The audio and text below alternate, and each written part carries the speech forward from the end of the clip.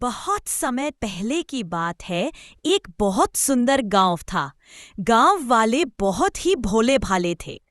एक बार उस क्षेत्र में बारिश नहीं हुई। लोगों ने सोचा कि आषाढ़ बीत जाने के बाद बारिश हो, पर ऐसा नहीं हुआ। पूरा सीजन निकलने के बाद भी एक बूंद पानी नहीं बरसा। अब तो सभी चिंतित हो गए कि फसलें सूख कर बर्बाद हो रही हैं।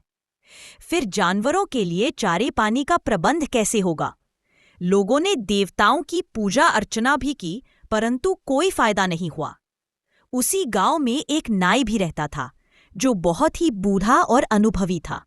एक दिन जब सभी मिलकर बारिश के विषय में चर्चा कर रहे थे, तब उसने मौका देखकर बोला कि देखो भाइयों, वर्षा के देवता इंद्र है और इंद्र को मेंढक बहुत ही प्यारे लगते हैं।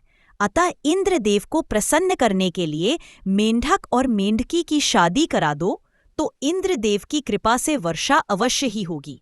यदि शादी के पश्चात वर्षा न हुई तो मेरी नाक काट लेना।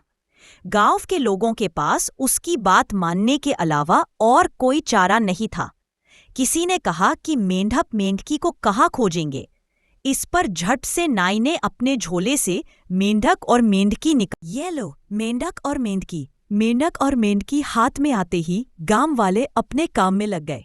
मेंढक और मेंढकी की शादी की तैयारियां बड़े ही धूमधाम से होने लगी।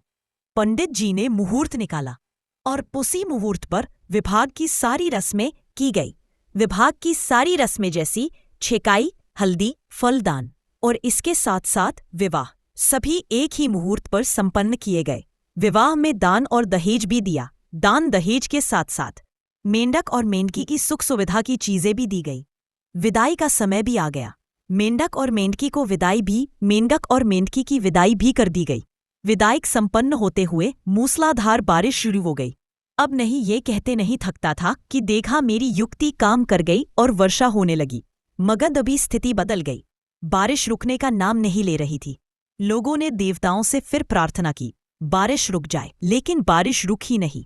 अंत में लोग न्याय के पास पहुंचे। नाई ने उपाय बताया कि मेंढक और मेंढकी का तलाक करा दो, बारिश बंद हो जाएगी।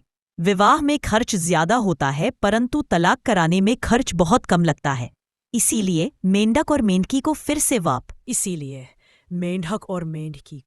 वापस लाके का तलाक कराना था। नाई ने तुरंत मेंढक और मेंढकी निकाला और तलाक कराने की प्रक्रिया शुरू कर दी गई। तलाक होने के बाद मेंढक और मेंढकी को छोड़ दिया गया। फिर भी वर्षा नहीं रुकी और अंत में ये हाल हो गया कि गांव में पूरा पानी भर गया। पशु जो पालतू पशु थे और इसके अलावा जो अनाज था वो सभी पानी में बहने लगा। लोग घर छोड़कर जाने लगे। गांव के लोगों ने नाई की खोज शुरू कर दी, ताकि इस मौके पर ही दिनाई मिलता तो उसका सिर पत्थर से कूच करके ठीक कर देते। लेकिन ना ये भी कहीं नजर बचाकर भाग निकला था।